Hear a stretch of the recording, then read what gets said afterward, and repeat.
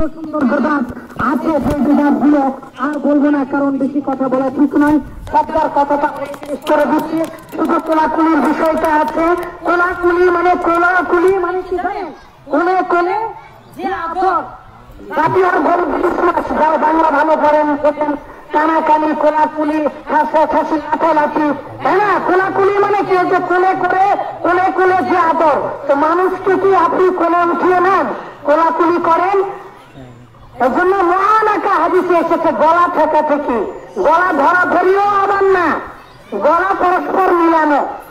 আর যারা দূরে থেকে আসবে বা অনেকদিন পরে আসবে তাদের সাথে আপনারা করবেন। তাহলে কোলাকুলি শব্দটাই ঠিক নেই বাংলা ভাষায়, তাই না? করা যাবে না। কেউ যদি দূরে থেকে আসে তাহলে ইসলামে তার জন্য আছে, অনেকদিন পরে দেখা হলো তখন ভাত ফেটাতে পারবেন। একেবারে বুকে ছড়িয়ে ধরিয়ে আমার ভালোবাসা উছড়িয়ে পড়ে ভাত ফেটার মতো, বুঝতে পারলেন? চাপ দেয়, আবার জোরে ঠেসে ধরে চাপ দেয়, আবার হাতের মধ্যে সুরসুরি দেয়, আর যদি চিৎকার হয় হাতের মধ্যে টাকা দেয়, বুঝতে পারলেন? হ্যাঁ, সম্মানিত দিন ভাই, তাই ইতিমধ্যে হবেন না।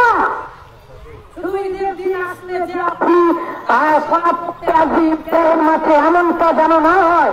রাসূলুল্লাহ সাল্লাল্লাহু আলাইহি ওয়াসাল্লামের হাদিস শুনুন, আর সর্বশেষ ওসিয়তটা যা করেছেন সেটা করছি। মান ওয়াক্কারা সাহিরা বিদআতিন, যে ব্যক্তি বেদাতিকে সম্মান করলো, সাহায্য করলো, যে ব্যক্তি বেদাতিকে সম্মান করলো, সাহায্য করলো, ওয়াদা অন্য জায়গায় এসেছে আশ্রয় দিল। মান ওয়াক্কারা সাহিরা বিদআতিন, যে ব্যক্তি বেদাতিকে দেখে ভালোবাসলো, সম্মান করলো, সাহায্য করলো, ফাকাদ আনা আলা হাদামিল ইসলাম, সে যেন ইসলামকে ধ্বংস করার কাজে সাহায্য করলো। বেদাত কত ভয়াবহ জিনিস! পৃথিবীর অন্য কোন ধর্ম আর ইসলাম ধর্মের মধ্যে কোন পার্থক্য থাকবে না যদি বেদাতকে আপনি ছোট মনে করেন। হিন্দু, বৌদ্ধ, খ্রিস্টান সকলেই ভগবান ঈশ্বর আল্লাহকে পাওয়ার চেষ্টা করে। যারা বেদাত করে তারা আল্লাহর জন্য কাজে না। দেখেছেন আপনি? লা ইলাহা ইল্লাল্লাহ, লা ইলাহা ইল্লাল্লাহ, অন্তরে জুতো মারতে মারতে অন্তরের সমস্ত কালোগুলো বের করে দিতে চায়। ফিলিস্তিনবাসীর জন্য দোয়া করছি, মুসলিম নির্যাতিত মুসলিমদের জন্য দোয়া করছি। এই যে ফিলিস্তিনের অত্যাচারের সময় আমি নিজে গিয়েছিলাম, আল্লাহ আমাকে সংক্ষিপ্ত করার তৌফিক দান করো। ফিলিস্তিনের কিছুই পারবো না তো মিছিলে অংশগ্রহণ করতে গিয়েছি, যে আপনার বাইতুল মুকাররমে, যে এখন দেখি সবাই বের হচ্ছে, হাত পাখার বাতাসে প্রাণ জুড়িয়ে আসে, হাত পাখাওয়ালা বের হয়েছে। কিভাবে আমি যাই? পীর সাহেবের আন্ডারে যাব, হাত পাখা মার্কা কার বুঝতে পারছেন না? হাত পাখার বাতাসে প্রাণ জুড়িয়ে আসে, এর দলে তো যাওয়া যাবে না, গেলাম না। পরে দেখি আর কেউ বের হয় না, পরে দেখি আওয়ামী লীগের থেকে বের হয়েছে, তার পিছনে পিছনে গেলাম। একটা মিছিল করতে যে যেখানে বাংলাদেশে স্থান পাওয়া যায় না, সেই বাংলাদেশে আপনি কি করবেন? সম্মানিত দিদি ভাই, তাই আসুন ধর্মটাকে ব্যবসা বাণিজ্য করে নয়, বেদাতের সাথে আপোষ করে ইসলামকে ধ্বংস করবেন না। এইবারে আসুন, রাসূলুল্লাহ সাল্লাল্লাহু আলাইহি ওয়াসাল্লাম এমন ওয়াজ করতেন এই ঈদের দিনে, আমার মা বোনেরা গলার হাল খুলিয়ে দিতে বাধ্য হতো। তো বিলাল রাদিয়াল্লাহু তাআলা আনহু ছোট মানুষ ছিলেন, তিনি সেগুলো এই যে জুব্বার কাপড়ে এভাবে নিয়ে, তখন ওই যে কাপড়ের উপরে ওই যে রুমাল যাচ্ছে না, ওই রকম ভাবে। তো রাসূলুল্লাহ সাল্লাল্লাহু আলাইহি ওয়াসাল্লাম সাদাকা করার কথা বলতেন। কি কথা বলেছি? আল্লাহর রাগকে থামিয়ে দিতে পারবেন, আর হঠাৎ মৃত্যুকে থামিয়ে দিতে পারবেন। করোনার মধ্যে কোনো দিনই মাস্ক করিনি, এর জন্য বড় কিছু না, কিন্তু প্রতিদিনই চেষ্টা করতাম যে শ্রদ্ধা করবে। কারণ শ্রদ্ধা যদি করেন, দান যদি করেন, তাহলে আপনার অপমৃত্যু হবে না, হঠাৎ মৃত্যু হবে না। সম্মানিত দিনী ভাই, আপনার বাবা মা আল্লাহ না করুন যদি জাহান্নামীও হয়ে যায়, তাকে আপনি জান্নাতে নিয়ে যেতে পারবেন কিভাবে জানেন? প্রত্যেকটা হাদিস তো বললে এত সময় থাকবে না। তাকে দানের মাধ্যমে আপনি জান্নাতে নিয়ে যেতে পারবেন। আপনার সন্তানের ভাগ্য খারাপ, আপনার ভাগ্য খুলছে না, আল্লাহর ওয়াদা আছে। রাসূলুল্লাহ সাল্লাল্লাহু আলাইহি ওয়াসাল্লাম বলেছেন, বাকিরুল সাদাকাতি ওয়াইদিরুল ফাকর, আল্লাহ তাআলা এই দান করার মাধ্যমে আপনার অহংকার দূর করে দিবে। তাহলে যারা দান করে সেলফি তুলে, যারা দান করে রোহিঙ্গাদের পাশে দাঁড়িয়ে সেলফি তুলেছিল, এখন আর খোঁজ নেয় না। আপনি দান করে যদি সেলফি তোলেন তাহলে মনে করবেন সেই দান আপনার অহংকার মুক্ত করতে পারেনি। আল্লাহ তাআলা রাসূল সাল্লাল্লাহু আলাইহি ওয়াসাল্লাম বললেন, দান করলে তোমার অহংকার দূর হবে, ওয়াল ফাকর, আর তোমার দারিদ্রতা দূর হবে। পৃথিবীর কোন আইন বিজ্ঞানী, ধর্মবিজ্ঞানী, সমাজ বিজ্ঞানী, কল্পবিজ্ঞানী, যারা কল্প কাহিনী বিখ্যাত বিখ্যাত গল্প লেখে, পৃথিবীর কোন বিজ্ঞানী কোনদিন কল্পনা করতে পারেনি যে টাকা নেই তারপরে দান করলে বলে দান বাড়বে। পৃথিবীর কোন অর্থনীতিবিদ, পৃথিবীর কোন মানবতা সংগঠন, পৃথিবীর কোন মানব দরদি, মানব প্রেমিক, পশু প্রেমিকও আসেনি। ঈদের দিনে একদিন বলেছিলাম কুরবানি ঈদের সময়, ইসলাম শুধু মানুষের জন্য আসেনি, পৃথিবীর প্রত্যেক প্রাণীর জন্য এসেছে। ইসলাম, সেই ইসলাম এসেছে মানবতার কল্যাণের জন্য। আপনাকে আল্লাহ রাসূল বলছেন, ইত্তাকুন নার, জাহান্নাম থেকে বাঁচো, ওয়ালাউ বিশিক্কি তামরাতিন, একটা খেজুরের দানা দিয়ে হলেও, একটা খেজুরের দানা দিয়ে হলেও দান করো। 2 টাকা 4 পয়সা 5 পয়সা যা আছে তাই দিয়ে দান করো, দান করে জাহান্নাম থেকে বাঁচো। রাসূলুল্লাহ সাল্লাল্লাহু আলাইহি ওয়াসাল্লাম নিজেই বললেন, আমাল্লাম ইয়াজিদ, যদি তার কাছে সেটাও না থাকে, অর্ধেক খেজুরও না থাকে, তাহলে ভাবি কালিমাতিন তাইয়িবাতিন, সে যেন একটা হাসি দেয় ভাইকে দেখে, মুসলিম ভাইকে দেখে যেন একটা ভালো কথা বলে, বলে যেন তুমি কেমন আছো, একটু গলাগলি করে, একটু যেন গলা মিলায়, তার সাথে তার ভালো মন্দ যেন হাত তুমি হাত যে বলবে তাকে হেগে দিবে। বুঝতে পারছেন? গড়াগড়ি করবেন না, গোলাগুলি চলবে না, গলা গলা একটু করে মিলাবেন। সম্মানিত তিনি ভাই, রাসূলুল্লাহ সাল্লাল্লাহু আলাইহি ওয়াসাল্লাম কিভাবে বলছেন, ভাবি কালিমাতিন তাইয়িবাতিন, তাহলে তুমি ভালো কথা বলো। এই ঈদের দিনে আসুন আমরা করি, আমাদের কবরের আযাবকে আটকিয়ে দিতে পারবো এমন একটা কথা বলি, সামান্য একটা কথা, আপনার পকেটে যা আছে দিয়ে দেন। হাদিস বললাম না, আপনি দান করা মাত্রই কবরের আযাব আসবে, কবরের আযাবকে আটকিয়ে দিবে। আপনার দান কবরের আযাবকে আটকিয়ে দিবে, চিন্তা করা যায়? মা বোনদের জন্য সর্বশেষ কথা, রাসূলুল্লাহ সাল্লাল্লাহু আলাইহি ওয়াসাল্লামের কবর যতবারই জিয়ারত করতে যায় ততবারই আমার এই কাহিনীটা মনে পড়ে। সেই সূত্রে বর্ণিত হয়েছে, আলী রাদিয়াল্লাহু তাআলা আনহু যে পরামর্শদাতা, ওমর রাদিয়াল্লাহু তাআলা আনহুর কবর দেখতে পায়, আবু বকর রাদিয়াল্লাহু তাআলা আনহুর কবর আর আল্লাহ রাসূল সাল্লাল্লাহু আলাইহি ওয়াসাল্লামের কবর এক পাশে, পাশাপাশি সব। আসলে ওই জায়গাটা ছিল মা আয়েশা রাদিয়াল্লাহু তাআলা আনহা। রাসূলুল্লাহ সাল্লাল্লাহু আলাইহি ওয়াসাল্লাম যখন মারা গেলেন, রাসূলুল্লাহ সাল্লাল্লাহু আলাইহি ওয়াসাল্লাম কবরের পাশে তিনি থাকতেন। তারপরে তার বাবা মারা গেলেন, 2.5 বছর পরে তার বাবাকে ওখানে মাটি দেওয়া হলো, তিনি সেখানেই থাকতেন। আর তিনি মনে মনে ভাবতেন, সেই সূত্রে সর্বশেষ কথা শুনে রাখুন, তিনি ভাবতেন আমার সন্তান নাই, আমার পৃথিবীতে কেউ নেই। ওখান থেকে 400 জন সাহাবীকে তিনি পড়াতেন। 400 জন সাহাবীর শিক্ষিকা ছিলেন কে? মা আয়েশা রাদিয়াল্লাহু তাআলা আনহা। তিনি মনে মনে ভাবতেন আমি এখানে থাকবো, আমার বাবার কাছে, আমার স্বামীর কাছে। হঠাৎ একদিন ফজরের সময় এমন করে একজন ব্যক্তি কাফের আঘাত করে বসলো ওমর রাদিয়াল্লাহু তাআলা আনহুর পেটে। ওমর রাদিয়াল্লাহু তাআলা আনহুর পেটে যখন আঘাত করেছে, হিংসি দিয়ে রক্ত ঝরঝরিয়ে পড়ছিল। হিংসি দিয়ে যখন রক্ত ঝরঝরিয়ে পড়ছিল, সেই রক্তের কারণে ওমর রাদিয়াল্লাহু তাআলা আনহুর পেট খারাপ ফাঁক হয়ে যাচ্ছিল, আর পেট থেকে যেন গুলিগুলো বের হবার উপক্রম। ওমর রাদিয়াল্লাহু তাআলা আনহু পেটটা পিষে ধরলেন, তাড়াতাড়ি করে সালাত শেষ করলেন। সালাতের মধ্যেই পেটে খঞ্জর মেরে দিয়েছে, 2 ধারে ধার আছে এমন খঞ্জর মেরে দিয়েছে, লাড়ি ভুড়ি যেন বের হয়ে আসতেছিল। সকল সাহাবীরা কান্না শুরু করে দিলেন। ওমর রাদিয়াল্লাহু তাআলা আনহু নিজে বুঝতে পারলেন তিনি আর পৃথিবীতে থাকবেন না। সাহাবীরা কান্না শুরু করে দিল, কান্নার রোল পড়ে গিয়েছে। যেখানে রাসূলুল্লাহ সাল্লাল্লাহু আলাইহি ওয়াসাল্লাম সালাত পড়াতেন সেই জায়গাতে ওমরের রক্তে রঞ্জিত হয়ে গেল। সাহাবীরা কান্না করতে শুরু করেছেন, এই বিশ্বজাহানের সর্বশ্রেষ্ঠ নাই প্রতিষ্ঠিত আমিরুল মুমিনিন, যাকে দেখে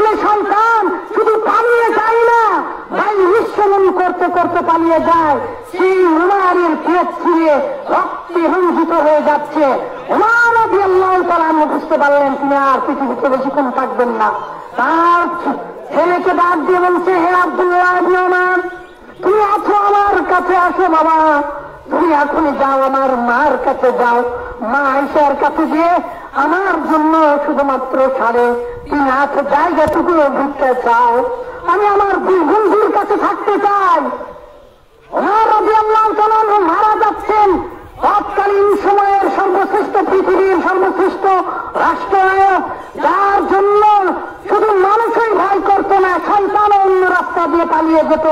পৃথিবীতে শয়তানের চাইতে বড় শত্রু জিন, ভূত, রাজা, বাদশা, রাক্ষস, কক্ষস কেউ না। শয়তান এত ভয়ঙ্কর, সেই শয়তান দেখে দেখে পালিয়ে যেত। সেই উমর রাদিয়াল্লাহু তাআলা মারা যাওয়ার সময় মাত্র 3.5 হাত জায়গাটুকু ভিক্ষা পাচ্ছেন। তার ছেলেকে ডেকে বললেন, যাও আমার মার কাছে যাও, যে আমাকে বলো আমার মা কি আমাকে জায়গা দিতে চাই। সঙ্গে সঙ্গে চলে গেলেন আব্দুল্লাহ ইবনে উমার, মার কাছে গেলেন, মা কান্না করছে, সবাই ফিরে গিয়েছে। উমর রাদিয়াল্লাহু তাআলা আনহু আর পৃথিবীতে বেশিক্ষণ থাকবেন না। আয়েশা রাদিয়াল্লাহু তাআলা আনহা কাঁদছিলেন। এমন সময় উমর রাদিয়াল্লাহু তাআলা আনহুর ছেলে বললেন, হে মা, আমার বাবা মৃত্যুপথের যাত্রী, আপনার কাছে আপনার সামান্য জায়গাটুকু ভিক্ষা চেয়েছে, আমার বাবা দুই বন্ধুর কাছে থাকতে চায়। মা আয়েশা রাদিয়াল্লাহু তাআলা আনহা বললেন, আমার স্বামী নেই, আমার সন্তান নেই, আমার এই জায়গাটুকু ছাড়া আর পৃথিবীতে কিছু নেই, আমি আমার বাবার কাছে, আমি আমার স্বামীর কাছে শুয়ে থাকতে চাই। কিন্তু যাও, আমি অন্য মুমিনদের মা, আমি বিশ্ব মুমিনদের মা, আমার দরবার থেকে, আমার দরজা থেকে কেউ খালি হাতে কোনোদিন ফিরে যায়নি, আমিও তোমার বাবাকে খালি হাতে দিব না। আমার এই 3.5 হাত জায়গাটুকু তোমার বাবার জন্য আমি দান করে দিলাম। এমন কাহিনী, মা আমাদের মা তার নিজস্ব শেষ সম্বলটুকু দান করে দিলেন ইসলামের জন্য। আজ আয়েশার কবর কোথায় আছে আমরা জানি না, উমারের কবর সেখানে থাকতো না, সেই উমারের কবরের মাটিটুকু দান করে দিলেন। সুবহানাল্লাহ ওয়া বিহামদিহি। তাই আসুন এই ঈদের দিনে অপরের জন্য নিজেকে বিলিয়ে দেন, দিনের কাজের জন্য ঝাঁপিয়ে পড়ুন, অন্তত যাই করুন আপনি দান করুন আপনার পিতামাতার জন্য। কবরে দল বেঁধে যাবেন না, আপনি ভালো সন্তান নয়, অন্যদিন কেন যান না কবর জিয়ারত করতে? ঈদের দিন আসলে সবাইকে নিয়ে কবরের পাশে যায় দাঁড়ান, দেখান যে নতুন নতুন জামা পড়েছি, আপনার তুমি দেখো আমি তোমার জন্য আজকে স্মরণ করতে এসেছি। তারপরেও কেউ গেলে সমস্যা নেই, এটা বেদাত নয়, কিন্তু দল বেঁধে একেবারে ঈদ উৎসবের মতো করে যাবেন না। বাবা মার জন্য শ্রদ্ধা করে যান, আপনার সন্তান আপনার জন্য শ্রদ্ধা করবে ইনশাআল্লাহ। যে যা পারেন ইমানি দায়িত্ব থেকে কেউ খালি হাতে যাবেন না। আপনাদের এখানে যারা অসহায় গরিব দুঃখী আছে তাদেরকে দেখবেন, একজন জোয়ান ছেলে নাকি ক্যান্সার হয়েছে, সকালবেলা শুনলাম তাকে সাহায্য করবেন, যারা গরিব দুঃখী আছে তাকে সাহায্য করবেন। যে বড় মসজিদের মাঠ দেখছি সুন্দর কালার করেছে, তারপরেও আর বলতাম না, কিন্তু 2 লক্ষ টাকা যে ঋণ হয়ে আছে বলতে বাধ্য হচ্ছে। যদিও বা এত কালার করা দরকার নেই, তারপরেও যেহেতু 2 লক্ষ টাকা ঋণ আছে, এটা তো আর আমাদের নিজস্ব ঋণ না, এই জন্য অবশ্যই ঈদের মাঠের জন্য কিছু দিয়ে দেবেন, মসজিদে দান করবেন, আমাকে দেওয়ার দরকার নেই। বারাকাল্লাহু ফিকুম। সবাই সবার কাছ থেকে দোয়া চাইবেন। কালকে উস্তাদজি আমাকে বলেছিলেন সর্বশেষ কথা, তারপরে তাকবীর বলছি, দোয়া করছি, চলে যাবেন সবাই আস্তে আস্তে।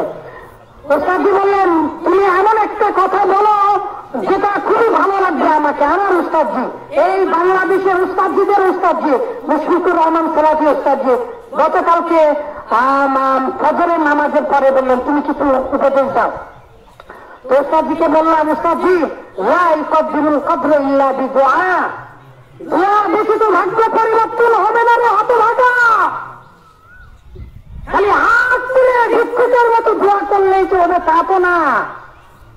দোয়া করতে হবে, হাত তুলে দোয়া করেন না কেন? হয়তো জঙ্গলে যান, যে যখন আপনাকে জিনের ভয় লাগে না, না লাগলে আমার কাছে আসুন, জিন ধরে দিব।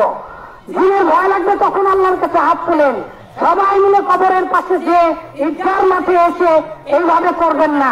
এর দায়ভার আমি নিজে নিচ্ছি। জিল্লুর রহমান নাজমীর যদি কোনো বংশধর থাকেন তাহলে আমার কাছে আসতে পারেন। 7, 8 অথবা 9 সালে, আমার মনে নেই সঠিক সাল, তিনি উমরা করার জন্য আমার উস্তাদের বাসায় গিয়েছিলেন, আক্তার আল মাদানী উস্তাদের। তখন দেখা হয়েছিল, তখন তিনি যে বই লিখেছিলেন মোনাজাতের পক্ষে, সেই বইয়ের হাদিসগুলোর বিষয়ে উস্তাদকে জিজ্ঞাসা করেছিলাম। তখন তিনি বলেছিলেন হাদিসগুলো আমি তাহকিক করিনি, যাও শহীদ হাদিসগুলো ছিল সেই হাদিস দ্বারা প্রমাণিত হয় না। দোয়ার মাধ্যমে যদি সবাই এরকম হয় তাহলে পৃথিবীর সবচেয়ে বড় দোয়া তো আমাদের বাংলাদেশে হয়, অন্য কোথাও নয়। আখেরি মোনাজাত এমন ভাবে করে নামই দিয়েছে আখেরি। আখের মানে তো শেষ, কিন্তু মোনাজাত 1.5 ঘন্টায় শেষ হয় না। মোনাজাত ধরতে ধরতে ওই ট্রেনের উপরে লাফিয়ে ওঠে। সম্মানিত দিন ভাই, বেদাতের সাথে no compromise. If you want to be a great Muslim and pious man, you have to live this bidat, because this is the true expression of Islam. What's the difference between Islam and you? Islam and Hinduism, other religions, there is no difference if you live this bidat. আপনি যদি বেদাত না করেন, পৃথিবীর অন্য কোন ধর্মের সাথে আর ইসলামের কোন পার্থক্য থাকতে পারে না। কয় ঘন্টা আপনি আমার সাথে তর্ক করবেন? আসুন বুঝুন। আল্লাহ তাআলা আমাদেরকে সবাইকে বেদাত মুক্ত, শিরক মুক্ত আমল ঈমান নিয়ে কবরে যাওয়ার তৌফিক দান করুন। হে আল্লাহ, বিশ্ব মুসলিমদের জন্য আপনি যথেষ্ট হয়ে যান। আল্লাহুম্মা শফি মারদাল মুসলিমিন।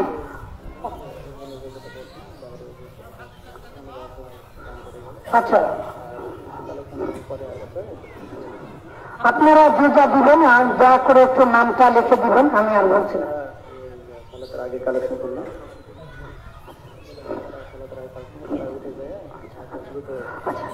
আচ্ছা ঠিক আছে, আমি দোয়া করে দিব। তো এখন এ কথা ও কথা দেবো না, আলাপটা মানে বুঝেন, যাই করেন ভাই, টাকা দরকার, টাকা দরকার, টাকা দরকার, ঠিক আছে? এটা 2 কোটি 2.5 কোটি টাকার একটা কাজ ধরেছি এখানে।